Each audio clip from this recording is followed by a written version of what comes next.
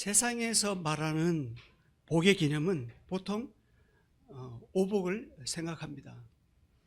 오복이라 하면 오래 사는 것, 그리고 부자 되는 것, 몸 건강하고 마음 편한 것, 그리고 명예를 얻는 것, 그리고 천수를 누리고 잘 죽는 것,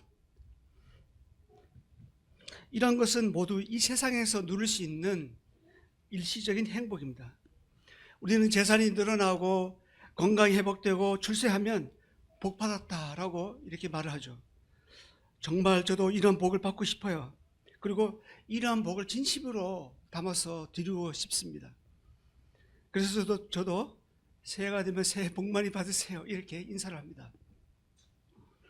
그런데 성경에서 말하는 복은 개념이 완전히 다릅니다. 아까 예배 시간에도 오늘 형제님 말씀해 주셨는데, 성경에서 말하는 복의 개념으로 새해 복 많이 받으세요 라고 이렇게 인사를 한다면 아마 좋아할 사람이 없을 것 같아요. 그 복의 의미를 알고 그 얘기를 듣는다면요. 복이 아니라 저주처럼 들리기 때문입니다. 우리가 생각하는 복과 하나님이 생각하는 복은 어떻게 다를까요? 그리고 우리가 추구하고 얻어야 할 복은 어떤 것이 있을까요? 이것이 오늘 나눌 내용입니다. 오늘은 복이 있는 자라는 제목으로 은혜를 나누겠습니다. 마태복음 5장 1절에서 12절입니다. 찾으시면 함께 한번 읽어보겠습니다.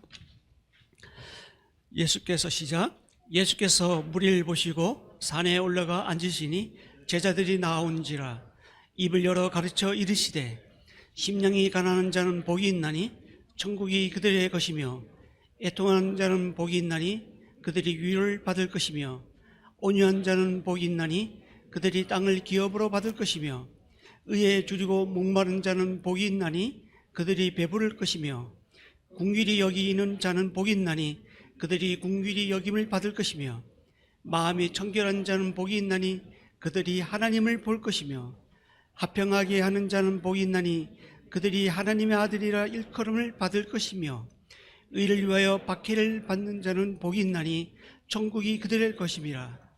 나로 말미암아 너희를 욕하고 박해하고 거짓으로 너희를 거슬러 모든 악한 말을 할 때에는 너희에게 복이 있나니 기뻐하고 즐거워하라. 하늘에서 너희 상이 큼이라. 너희 전에 있던 선지자들도 이같이 박해하였느니라. 이 말씀은 일명 예수님의 산상설교 중에서도 팔복강해라고 합니다.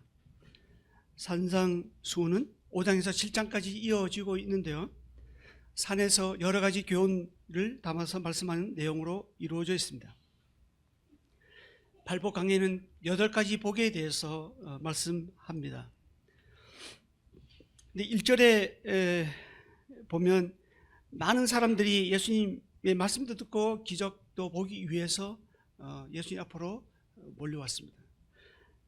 그리고 산으로 이제 몰려왔다고 나오는데, 이 산은 우리가 생각하는 높은 산이 아닙니다. 아주 완만하고 넓은 평지입니다. 그리고 이곳에는 봄이 되면 아름다운 꽃들이 쫙 펼쳐져 있고 바로 옆에는 갈릴리 호수가 그림같이 펼쳐져 있는 낮은 구릉지대로 이루어져 있습니다. 이곳에 예수님께서 올라가 앉으셨어요. 그리고 많은 사람들이 있고 제자들이 예수님 앞으로 와 앉아 있습니다. 나왔습니다. 예수님께서 입을 열어 가르치기 시작하십니다. 전국 백성이 누릴 8가지 복, 8가지 복은 모두가 복이 있나니라고 그런 말이 나옵니다. 이 말은 뭐냐면, 최고의 행복이 이로구나, 최고의 행복이 이로다라는 감탄사입니다. 이것이 최고의 행복이 이로구나, 이런 복보다 더 큰 복이 없구나라는 이런 감탄사예요. 예수님께서 말씀하시는 8가지 복은 내적이면서 진정한 복입니다. 어느 누구도 빼앗을 수 없는 최고의 복입니다. 그리고 앞에 나오는 일곱 가지 복에는 뭐뭐 하는 자는 이렇게 시작되는데요. 이것은 그 시상이 현재형이면서 진행형입니다. 예수님을 믿을 때부터 시작해서 현재 지금도 계속 지속되는, 유지되는 상태를 말합니다. 어떤 사람이 이러한 복을 받을 수 있을까요? 3절입니다. 심령이 가난한 자는 복이 있나니 천국이 그들의 것이며.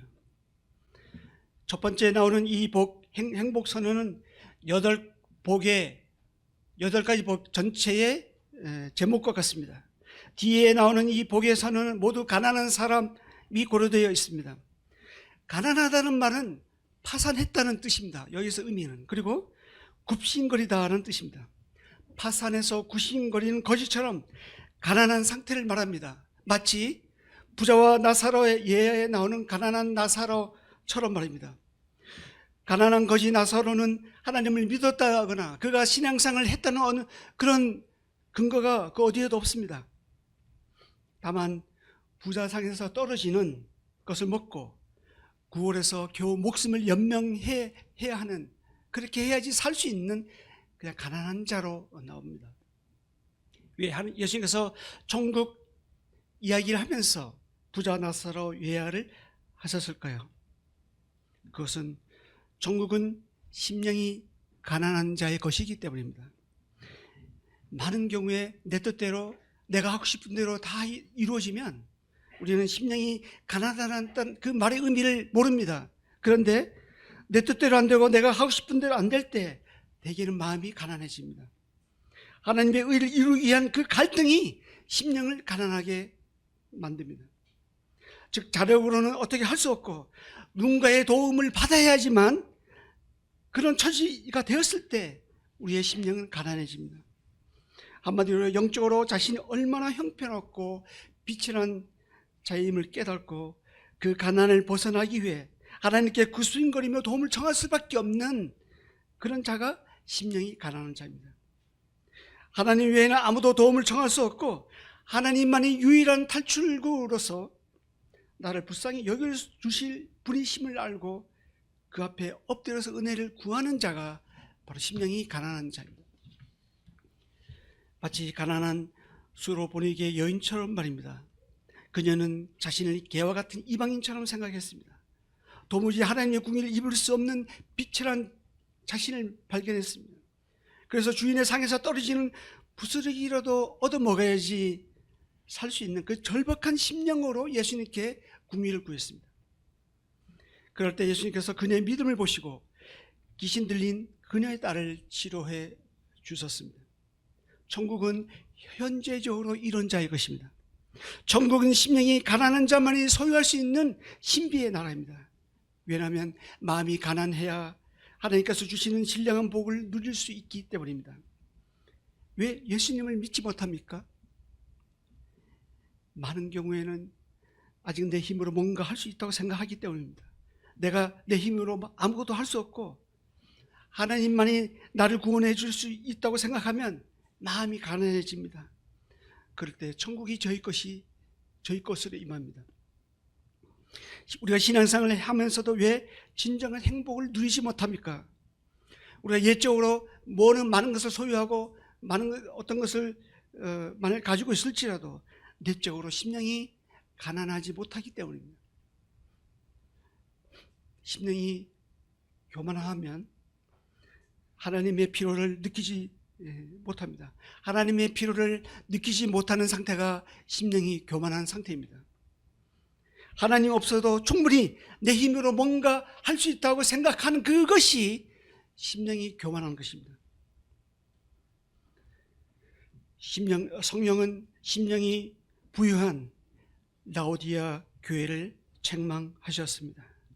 요한계시록 3장 17절에 보면 내가 말하기를 나는 부자라 부유하여 부족한 것이 없다 하나 내 공고한 것과 가난한 것과 눈먼 것과 벌거벗은 벗은 것을 알지 못하는도다 라고 나옵니다.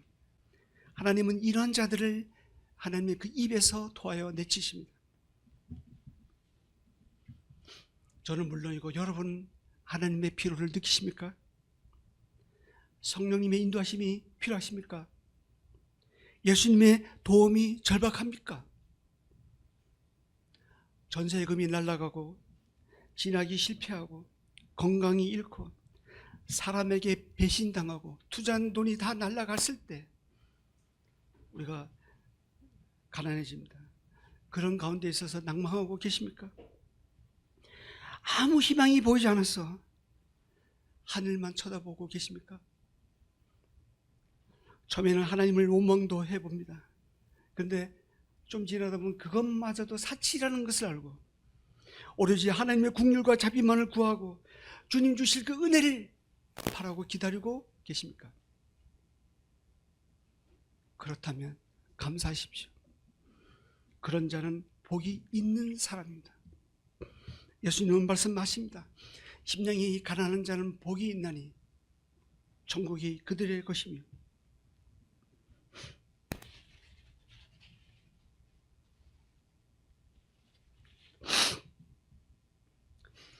심령이 가난한 자가 하나님의 통치를 받을 수 있습니다.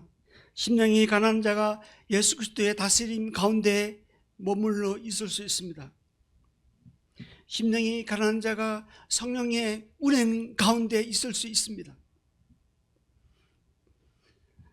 그러한 자가 의와 평강과 희락을 누릴 수 있습니다. 성경은 가진 자, 누린 자, 능력자에 대해서 복이 있다고 말씀하지 않으십니다. 도리어 심령이 가난한 자가 복이 있다고 말씀하십니다. 왜냐하면 자신이 얼마나 비천하고 가난한 자임을 깨달을 때 그제서야 하나님 보좌 앞에 나아가서 겸손히 무릎 꿇고 하나님의 국률을 구하고 그 은혜를 기다릴 수 있기 때문입니다. 성경은 그러한 자가 복이 있다고 말씀하십니다. 4절입니다. 애통한 자는 복이 있나니 그들이 위로를 받을 것이며. 예수님은 이어서 애통하는 자가 복이 있다고 말씀하십니다. 왜냐하면 그들이 위로를 받을 것이기 때문입니다. 여기서 애통하다는 것은 자기 죄를 통회하고 회개하면서 우는 것을 말합니다. 회개의 눈물을 흘리는 자야말로 하나님의 위로를 받을 수 있습니다. 마치 다윗 왕이 선지자 나단의 책망을 받고 애통하며 회개의 눈물을 흘렸던 것처럼 말입니다. 다윗은 잠시 정욕의 눈이 어두워 우리의 아내 밧세바와 간음을 했습니다. 죄를 감추려다가 도리어 그의 남편까지 전장터에서 죽게 하는 살인죄를 저질렀습니다. 그래서 나단의 책망을 받고 다윗은 하나님 앞에 자신이 얼마나 큰 죄를 저질렀다는 것을 알고 그제서야 그 모든 죄를 토설합니다. 그리고 뼈가 새하는 고통을 호소합니다. 시편 6편 6절에 보면 내가 탄식함으로 피곤하여 밤마다 눈물로 내 침상을 띄우며 내 요를 적시나이다 라는 말씀이 나옵니다. 다윗은 자신이 저지른 죄에 대해 밤마다 침상이 젖도록 울면서 애통했습니다. 결국 다윗은 회개의 눈물로 하나님의 위로를 받을 수 있었습니다. 하나님은 애통하며 회개하는 다윗의 모든 죄를 사하여 주시고 솔로몬을 허락해 주심으로 솔로몬을 위로해 주셨습니다. 다윗은 그 복에 대해서 다음과 같이 노래했습니다. 불법이 사하심을 받고 죄가 가려짐을 받는 사람들은 복이 있고 주께서 그 죄를 인정하지 아니하실 사람은 복이 있도다. 이처럼 죄에 대해 애통하는 자가 복이 있습니다. 하루를 돌아보면서 하나님 앞에서 자신의 죄와 허물을 발견하고 마음 아파하는 것이 애통입니다. 아메리카 인디언 선교사 데이빗 블레이너드는 이렇게 고백했습니다. 아침 기도 시간에 내 영혼이 녹아내리는 것을 느꼈다. 내 속에 있는 악과 타락을 목격하고 나는 깊이 울었다. 이처럼 자기 죄에 대해서 눈물 흘린 자가 애통하는 자고 복이 있는 사람입니다. 요즘은 죄를 죄로 여기지 않는 극도로 타락한 시대에 우리가 살고 있습니다. 이런 시대에 살면서 우리도 마음이 묻어지지 않을까 조심해야 합니다. 혹시 우리 가운데 해결되지 않는 죄가 있습니까? 들키지 않으면 괜찮을 것 같은 나만이 알고 있는 은밀한 죄가 있습니까? 그렇다면 다윗처럼 빛 가운데로 나오십시오. 자신의 죄를 통회하고 하나님께 나오십시오. 회개하십시오. 이스라엘 백성들, 여리고 정복한 이스라엘 백성들 가운데 그들은 승리에 많지 있었지만 아이성, 그 작은 아이성 정복하다가 아간의 그 한 사람의 범죄 때문에 그들은 하나님 앞에 실패를 경험해야만 했습니다. 우리 가운데 교회, 서대문교회 공동체 가운데 드러내지 않은 이 죄 때문에 우리가 많은 사람이 고통받을 수 있습니다.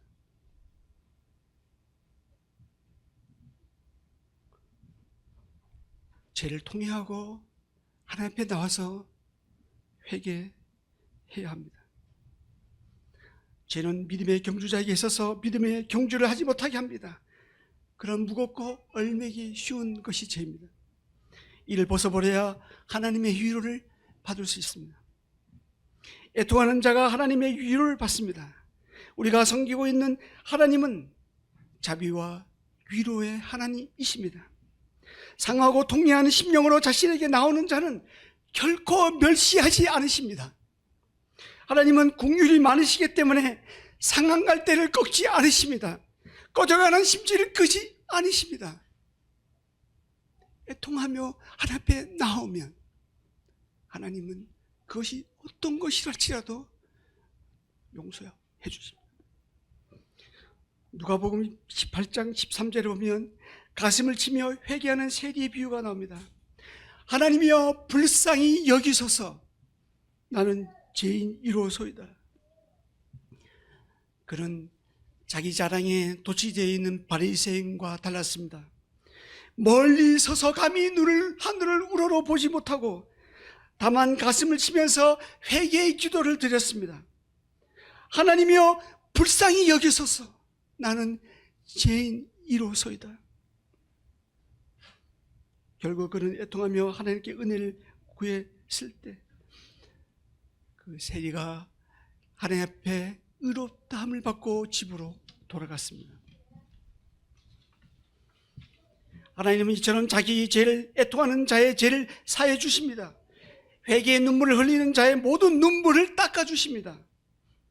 하나님은 애통하는 자에게 민감하게 반응하십니다. 그 슬픔에 함께 하시고 위로하십니다. 천국은 이런 자에게 임합니다. 이사야서 66장 2절에 보니까 무릇 마음이 가난하고 심령에 통회하며 내 말을 듣고 떠는 자, 그 사람은 내가 돌보리니와, 이렇게 말씀하십니다. 하나님 말씀 앞에서 떨며 자기 죄뿐만 아니라 다른 사람의 죄까지도 애통하며 눈물 흘리는 자가 하나님의 돌봄을 받습니다. 5절입니다. 온유한 자는 복이 있나니 그들이 땅을 기업으로 받을 것이며. 예수님이 이어서 온유한 자가 복이 있다고 말씀하십니다. 온유는 길들여 있는 상태를 말합니다. 길들어지기 전에 이 야생말은 매섭고 사납습니다. 그러나 이 매섭고 거친 이 야생말을 잘 길들이면 유순해집니다. 그리고 주인의 뜻에 복종합니다. 이렇게 길들여진 말의 성품을 온유라고 합니다. 온유는 타고난 성품이 아닙니다. 훈련으로 형성되는 성령의 열매입니다. 사람이 온유하게 됐을 때 하나님의 그 말씀 앞에 절대 복종합니다. 그리고 겸손히 섬길 수 있습니다. 우리가 온유라고 하면 모세를 빼놓을 수가 없죠. 민수기 12장 3절에 보니까 이 사람 모세는 온유함이 지면의 모든 사람보다 더하더라라는 말씀이 나옵니다. 그런데 이러한 모세가 처음부터 온유한 사람은 아니었습니다. 바로의 왕제로 있을 그 젊을 때에는 혈기가 왕성했습니다. 그리고 그는 자만했습니다. 무엇이든지 자기가 원하는 대로 되었습니다. 거칠 것이 없었어요. 그러다가 자기 혈기에 못 이겨서 자기 동족을 괴롭히는 애굽 사람을 쳐 죽여 모레세에게 감추어 버렸습니다. 그 일이 발각되자 모세는 바로의 낯을 피해 미디안 광야로 갔습니다. 그리고 그곳에서 40년간 혹독한 훈련을 받았습니다. 그런 훈련을 통해서 모세는 하나님 앞에서 겸손한 자가 되었습니다. 그리고 하나님 뜻에 절대 복종하는 온유한 사람이 되었던 것입니다. 요즘 사람들이 참 사납습니다. 자기밖에 몰라요. 부모, 형제, 그 이웃을 해롭게 하는 데 아주 별로 무감각합니다. 그런 뉴스가 많이 우리들이 접하고 있습니다. 이 세상은 자기 힘으로 그렇지 못한 사람들 억압하고 그 자유를 속박합니다. 그러나 예수님은 그렇지 못한 사람들 위해 오히려 자신이 억압받고 속박을 당했습니다. 예수님은 자신의 힘을 사용하지 않으셨어요. 십자가에서 내려올 수도 있었지만 너가 하나님의 아들이냐? 그럼 십자가에 내려와 봐라. 그렇지만 그럼에도 불구하고 예수님은 내려오지 않고 그곳에 그대로 참고 인내했습니다. 천사 한 명을 불러면 로마 군대를 전체 전멸시킬 수도 있었는데 예수님은 그 권세를 사용하지 않으셨어요. 예수님은 이렇게 말씀하셨습니다. 나는 마음이 온유하고 겸손하니 나의 명령을 배우고 내게 배우라. 예수님은 온유하고 겸손하신 분이십니다. 이 예수님을 겸손히 배울 때 우리는 온유한 자가 될 수 있습니다. 온유한 자가 복이 있습니다. 왜냐하면 그들이 땅을 기업으로 받을 수 있기 때문입니다. 이 말은 역설적입니다. 땅을 차지하려면 싸워서 이겨야 합니다. 쟁취해야 합니다. 그러기 위해서는 힘을 길러야 해요. 강해야 합니다. 그러나 예수님은 강한 자가 땅을 차지할 것이라고 말씀하지 않으십니다. 온유한 자가 땅을 차지하리라 말씀하십니다.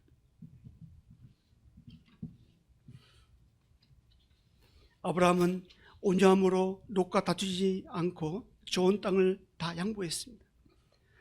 그러자 하나님은 그에게 더 넓고 더 좋은 땅을 허락해 주셨어요. 이삭도 온유함으로 넓은 땅을 차지할 수 있었어요. 처음에는 이삭은 아비멜렉에게 여러 번 우물을 빼앗겼습니다. 광야에서 목축하는 사람들에게 있어서 이 우물은 생명줄과 같습니다. 큰 재산입니다. 그럼에도 불구하고 이삭은 아비멜렉이 우물을 빼앗을 때 싸우지 않았습니다. 양보했어요. 그럴 때마다 하나님께서 또 다른 우물을 허락해 주셨어요. 이것을 본 아비멜렉은 나중에는 두려움에 사로잡혔습니다. 그리고 다음과 같이 화친을 청했습니다. 여호와께서 너와 함께 계심을 우리가 분명히 보았으므로 우리의 사이 곧 우리와 너 사이에 맹세하여 너와 계약을 맺으리라. 일시적으로 보면 힘세고 강한 자가 땅을 차지할 것처럼 보입니다. 그러나 나중에 보면 결국 온유한 자가 땅을 차지합니다.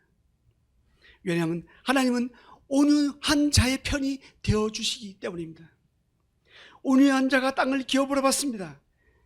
여기서 땅은 보이는 영토를 가리키기도 하지만 영적인 지경을 말합니다.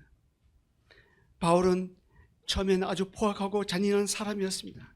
그는 스데반이 돌로 맞아 죽어갈 때 그 일에 가담한 장물입니다.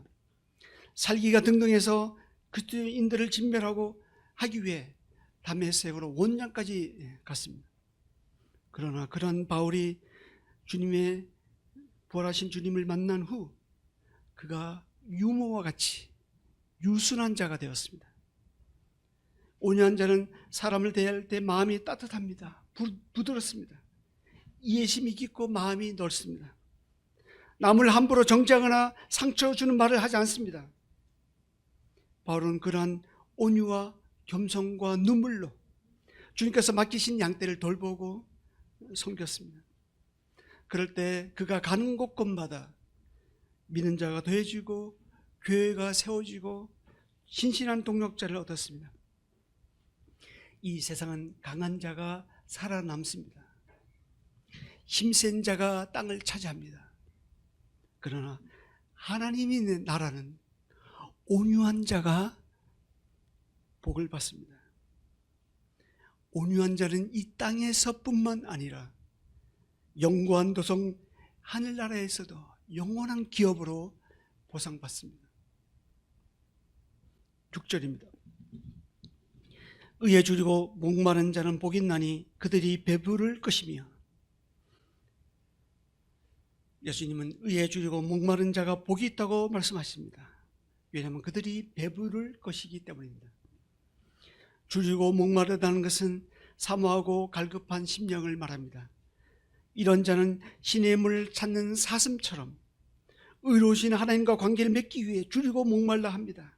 시편 42편 1, 2절은 이렇게 말씀합니다. 시편 기자가 하나님이여 사슴이 신의 물을 찾기에 갈급함 같이 내 영혼이 주를 찾기에 갈급하나이다. 내 영혼이 하나님 곧 살아계시는 하나님을 갈망하나니 내가 어느 때에 나아가서 하나님의 얼굴을 배울까? 의에 줄이고 목마른 자는 끊임없이 자기 성찰하는 가운데 생수의 근원 되신 예수님을 갈망합니다. 예수님은 누구든지 목마르거든 내게로 와서 마시라고 말씀하셨습니다. 예수님은 의에 줄이고 목마른 자에게 생수가 되어 주십니다. 하나님과 올바른 관계를 맺기 위해 사슴이 신의 물을 찾듯이 의에 줄이고 목마른 자는 예수 그리스도를 찾고 갈망합니다. 예수님은 이런 자의 빈 그릇에 차고 넘치도록 채워주십니다. 이런 자에게 영혼의 참된 안식과 만족을 주십니다. 이런 자에게 예수 그리스도의 의의 옷을 입히십니다. 우리가 신앙생활을 하다 보면 어떻습니까? 어떤 때는 사람들의 인정에 목말라 해요. 어떤 때는 이 세상의 자랑에 목말라 합니다. 어떤 때는 이 세상의 유혹과 쾌락에 목말라 합니다. 어떤 때는 재물과 지식에 목말라 합니다. 그런데 한 가지 분명한 것은 이런 것들은 채우면 채울수록 더 목마르다는 것입니다. 만족을 모릅니다. 더 갖고 싶고 더 하고 싶고 더 인정받고 싶은 것이 우리의 목마름입니다. 우리가 진짜 정말로 목말라 해야 할 것은 무엇입니까? 어떤 것이 있을까요? 어떤 것이 이어야 됩니까? 살아계신 하나님 한 분이어야 합니다. 바울은 예수 그리스도를 얻기 위하여 모든 것을 배설물로 여겼습니다. 우리가 정말 목말라 해야 할 대상은 생수의 근원이신 예수 그리스도이어야 합니다. 우리가 진짜 목말라 해야 할 것은 성령의 충만함입니다.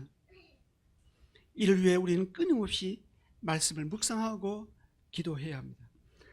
삼위의 하나님을 인식하고 바른 관계를 유지할 때 줄이고 목마름이 해결됩니다. 그럴 때 참된 행복이 무엇인지 그제서야 알게 되는 것입니다. 행복은 소유에 많고 적음에 있지 않습니다. 하나님을 인식하고 하나님과의 바른 관계에 있을 때 행복은 찾아옵니다.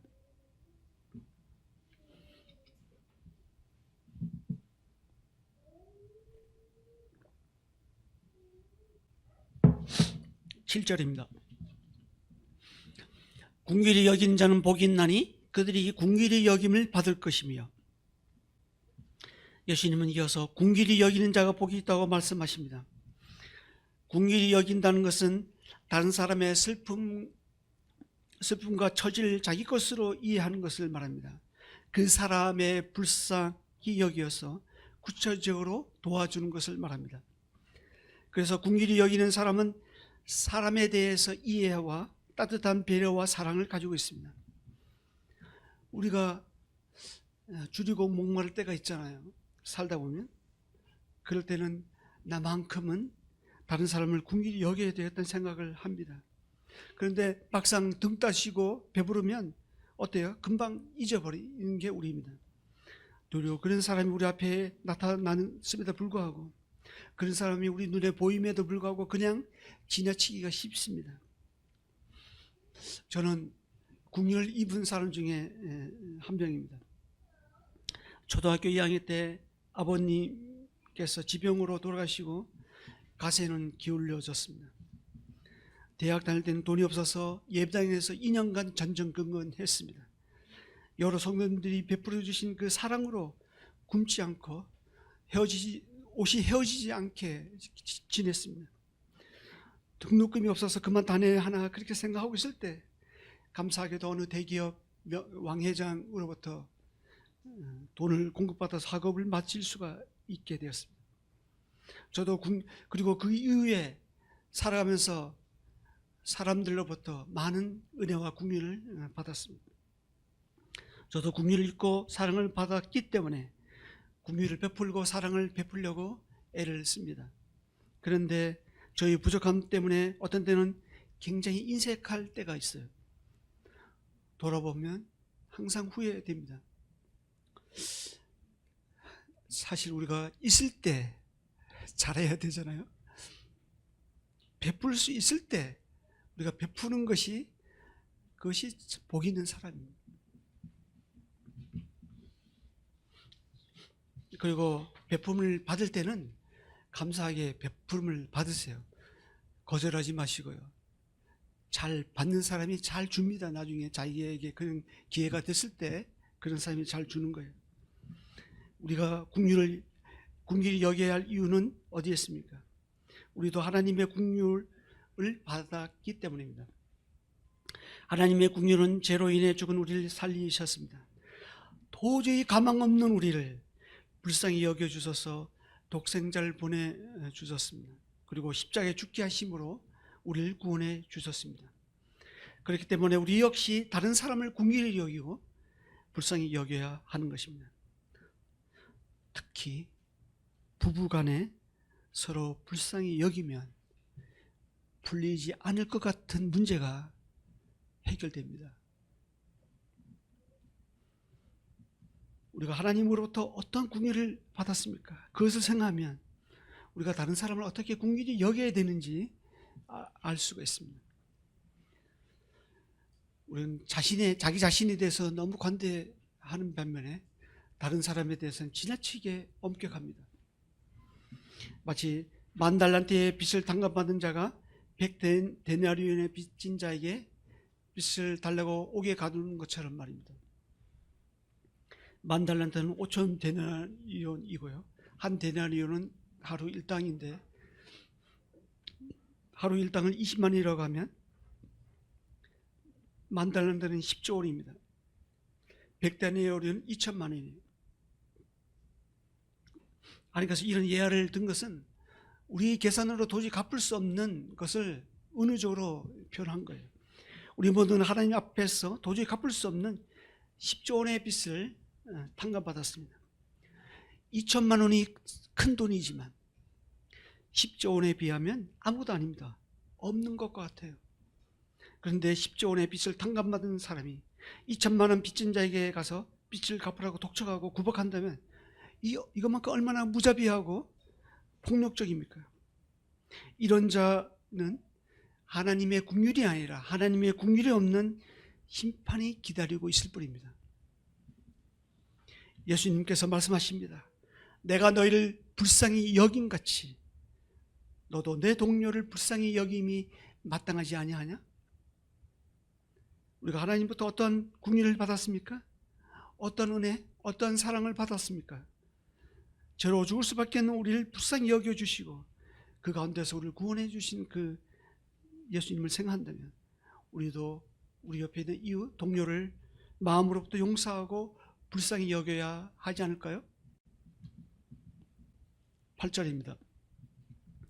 마음이 정결한 자는 복이 있나니 그들이 하나님을 볼 것이며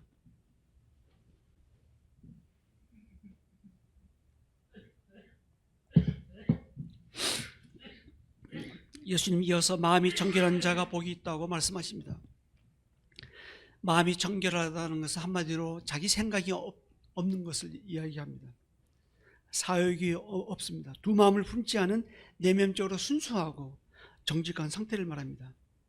우리 마음의 눈은 수정체와 같아서 마음이 청결한 자의 눈에는 거룩한 하나님이 보입니다. 제가 자주 이 강단 이런 예화를 잘 듣는데 이것만큼 좋은 예화가 없기 때문에 말씀드립니다. 우리가 도심지에 가면 하늘에 떠 있는 별을 잘 볼 수 없습니다. 왜냐하면 너무 많은 조명들이 밝히고 있기 때문입니다. 반면에 아무 불빛도 없는 시골 마을 그 하늘을 보면 별 볼 일이 많습니다. 왜 이렇게 많은 별이 많은지 감탄을 자합니다. 은하수를 바라보면서 하나님의 그 위대한 웅장하심을 우리가 찬양을 합니다. 이처럼 자기 생각이 없어야 하나님이 보입니다. 왜 믿지 않는 사람들이 구원받기를 그렇게 어렵습니까? 그것은 생각이 많기 때문에 그렇습니다. 하나님은 전도에 미련한 것으로 믿게 하십니다. 복음은 세상의 눈으로 보면 미련해 보입니다. 도무지 믿기지 않습니다. 하지만 여러 가지 생각을 내려놓고 정결한 마음으로 보면 그제서야 하나님이 보이기 시작할 것입니다. 아직 믿지 않은 사람들 우리 가운데 있잖아요. 정말 믿고 싶다면 먼저 여러분의 생각을 내려놓으시기 바랍니다. 내 생각이 모두 옳은 것 같지만 다 옳지 않습니다. 내 생각과 하나님의 생각이 하늘과 땅의 차이만큼 그렇게 다릅니다. 근데 하나님을 내 수준으로 생각하니까 믿기가 어려운 거예요. 내 생각을 잠시 내려놓고 하나님의 말씀 앞에 나아가면 그 말씀을 기울이면 우리가 하나님이 보입니다. 그런 점에서 예수님은 천국은 어린아이 것이라고 하십니다. 어린아이는 어떻습니까? 상대적으로 어른과 비교했을 때 순수하고 마음이 청결하잖아요. 어린아이는 복잡한 생각을 하지 않습니다. 여러 가지 계산을 하지 않아요. 단순하게 그 사실 그대로 받아들입니다. 그래서 예수님은 어린아이가 같이 되지 아니하면 결단코 천국에 들어가지 못하리라고 말씀하신 것입니다. 마음이 청결하지 못한 사람은 백내장에 걸린 사람처럼 하나님이 앞에 있음에도 불구하고 하나님을 하나님으로 보이지 않습니다. 하나님을 볼 수가 없어요. 왜냐하면 영적인 수정체가 흐려져서 하나님을 알아볼 수 없기 때문입니다. 이런 사람은 두 마음을 품고 있기 때문에 온갖 염려와 불신과 죄의 종력으로 시달립니다. 성도가 신앙생활을 해 나가는 가운데도 마찬가지입니다. 우리가 누구를 만나든 그리고 어떤 직분을 가지고 어떤 일을 하든 마음이 청결해야 합니다. 그렇지 않으면 우리가 성경을 읽으면서도 예배를 드리면서도 하나님이 보이지 않을 수가 있습니다. 태양은 흐린 날에 어떻습니까? 구름이 가려서 보이지 않습니다. 그렇다고 태양이 없는 것은 아니잖아요. 하나님은 살아계셔서 온 우주에 충만하십니다. 먼저 나의 작은 죄가 하나님과 내 사이를 가려서 하나님이 보이지 않게 만드는 거예요. 그 죄를 자백하고 청결을 유지할 때 예수님의 그 보혈로 씻음을 받을 때 우리가 청결할 수가 있습니다. 다윗은 밧세바와 동침한 후 선지자 나단이 왔을 때 다음과 같은 시로 기도하였습니다. 주의 얼굴을 내 죄에서 돌이키시고 내 모든 죄악을 지워 주소서. 하나님이여 내 속에 정한 마음을 창조하시고 내 안에 정직한 영을 새롭게 하소서. 이처럼 이 세대를 본받지 말고 오직 마음을 새롭게 함으로 변화를 받아 하나님의 선하시고 기뻐하시고 온전한 뜻이 무엇인지 분별하려면 우리가 마음이 청결해야 합니다. 하나님은 금그릇 은그릇을 사용하시는 것이 아닙니다. 비록 나무 그릇, 질그릇이 이러할지라도 깨끗하고 준비된 그릇을 사용하십니다. 마음이 청결하고 깨끗하게 되면 하나님을 볼 수 있습니다.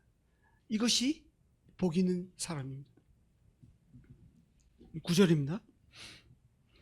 합평하게 하는 자는 복이 있나니 그들이 하나님의 아들이라 일컬음을 받을 것이며. 예수님은 이어서 합평하게 하는 자가 복이 있다고 말씀하십니다. 합평하게 하는 자는 평화를 만들어내는 사람입니다. 한마디로 피스메이커입니다. 예수님은 합평하게 하는 자로 이 땅에 오셨어요. 그래서 하나님과 원수된 우리를 화목하게 하기 위해서 십자가에서 희생하셨습니다. 그리고 믿는 우리에게도 화목케 하는, 합평케 하는 직분을 주셨습니다. 그런데 가는 곳곳마다 문제를 일으키고 분열과 다툼을 일으키는 트러블 메이커가 있습니다. 이런 사람은 참으로 불행한 사람입니다. 여러분, 복이 있는 사람이 아니기 때문입니다. 다툼과 분쟁은 쉬워요. 여러분, 내 성질대로 그냥 내버려 두면 됩니다. 그러나 합평하게 하는 자는 예수님처럼 십자가의 고통과 희생이 따릅니다. 인내와 사랑의 수고가 따릅니다. 반면 자기를 조금도 희생하려 하지 않으면 항상 싸움이 일어나고 상처가 남습니다. 천국 백성은 어떠한 희생을 치르더라도 화목케 하는 일을 감당해냅니다. 하나님에게서 오는 그 평화를 다른 사람에게 퍼뜨리는 것이 합평하게 하는 자의 사명입니다. 이 일을 감당하는 자가 하나님의 아들이라 일컬음을 받는다고 말씀하십니다. 10절을 보시겠습니다.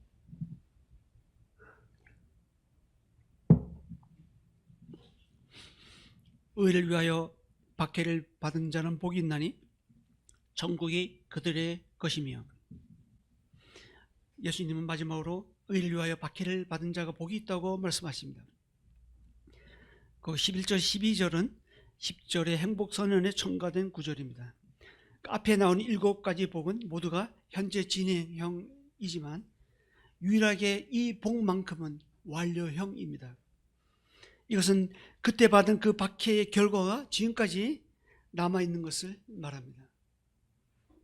의를 위하여 박해를 받은 자는 그리스도인의 정상적이고 올바른 삶의 모습입니다. 사도 바울은 내가 내 몸에 예수의 흔적을 지니고 있노라 라고 고백했습니다. 이것이 의를 위하여 박해를 받는 모습입니다. 무릇 경건하게 살고자 하는 자는 반드시 핍박을 받습니다. 복음에 합당하게 살면 어려움이 옵니다. 복음을 전하다 보면 박해가 따라옵니다. 요즘처럼 박해 없이 편안하게 신앙생활 할 때도 있나 하는 생각이 듭니다. 물론 중국이나 북한 그리고 이슬람 국가에서는 지금도 여전히 박해 속에 살아갑니다. 반면 우리나라는 종교의 자유가 있기 때문에 아직까지는 박해가 뭔지 잘 모릅니다. 한편은 이것이 복인데요, 예수님은 이것을 복이라 하지 않았어요. 오히려 의를 위하여 박해를 받은 자가 복이 있다 말씀하십니다. 우리가 사랑하는 사람들로부터 미움을 받고 버림을 받으면 참으로 고통스럽습니다. 괴로워요. 세상에서 가장 불쌍한 사람처럼 여겨져서 슬픕니다. 예수님 당시에도 예수님을 주와 그리스도로 고백하면 사회로부터 매장당했어요. 가족으로부터 버림을 당했고요, 유대인으로부터는 출교를 당했습니다. 로마인들로부터는 공직이나 직장에서 쫓겨남을 당했습니다.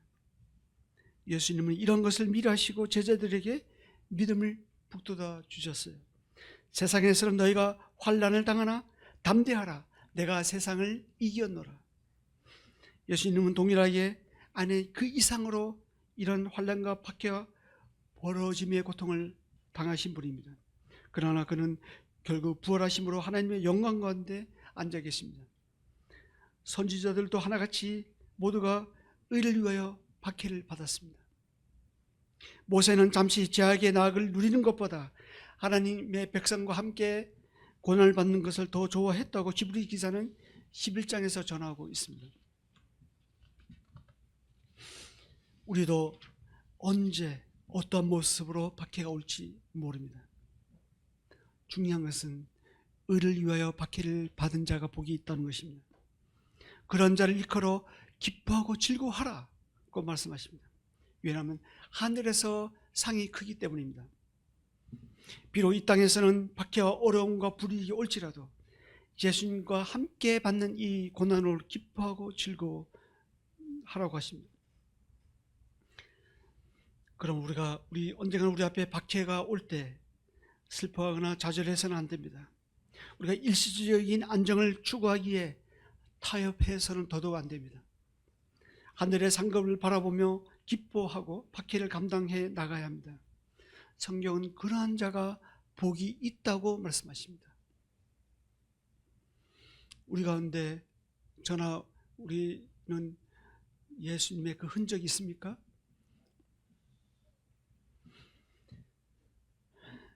정리하겠습니다. 오늘은 마태복음 5장 1절에서 12장 말씀으로 복이 있는 자는 말씀으로 나눴습니다. 지금까지 성경에서 말하는 복이 어떤 것인지 우리가 알아봤는데요. 진정한 복은 소의 양에 있지 않습니다. 몸이 건강하고 장수하는 것도 아닙니다. 예수님께서 말씀하시는 복은 이 세상에서 말하는 복과 차원이 다릅니다. 세상에서 말하는 복은 소유지향적입니다. 그리고 제한적이에요. 그러나 예수님께서 말씀하시는 복은 존재지향적입니다. 영적이고 영원합니다. 이 복은 예수 그리스도와 연합할 때에만, 연합에서만 현재로 주어집니다.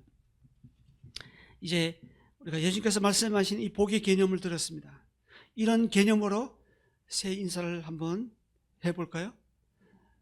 새해 복 많이 받으세요. 우리 옆 사람한테 한번 진심을 담아서 해보십시오. 새해 복 많이 받으세요. 예수님께서 말씀하시는 복입니다. 우리가 생각하는 그 복이 아니라.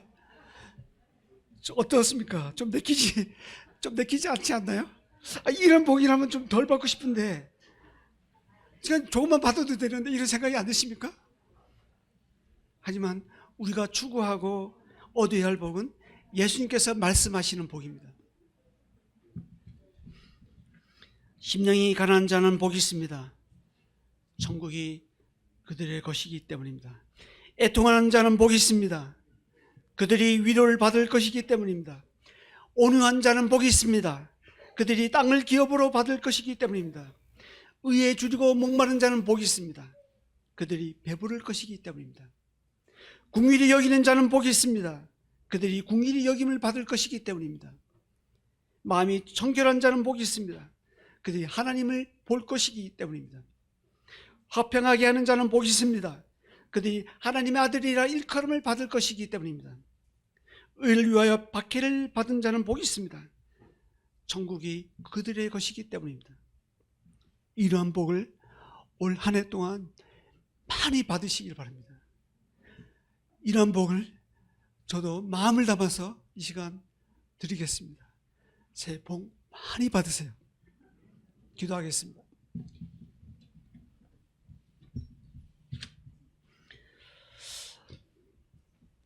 하나님, 감사를 드립니다. 새해를 맞아서, 설을 맞아서 만난 사람마다 우리가 복을 빌어줍니다. 새해 복 많이 받으라고 복을 빌어줍니다. 그러나 단순히 우리가 생각하는 그 복이 이 세상에 국한되어 있고, 그리고 소유지향적인 복임을 솔직히 고백을 드립니다. 그러나 예수님께서 우리에게 주시고자 하는 그 복은 소유지향적이 아니라 관계지향적이고, 그리고 하나님의 그 임재가 임하는 그 복임을 우리가 봅니다. 주님, 한편으로 두렵지만 정말 저희들도 이러한 복을 받기를 원합니다. 올 한 해 주님께서 주시는 이 8가지 복을 하나하나 받아가는 저희들이 되기를 소원합니다. 이 복을 감사함으로 받는 저희들이 되게 하여 주옵소서. 예수 그리스도의 이름으로 기도드립니다. 아멘.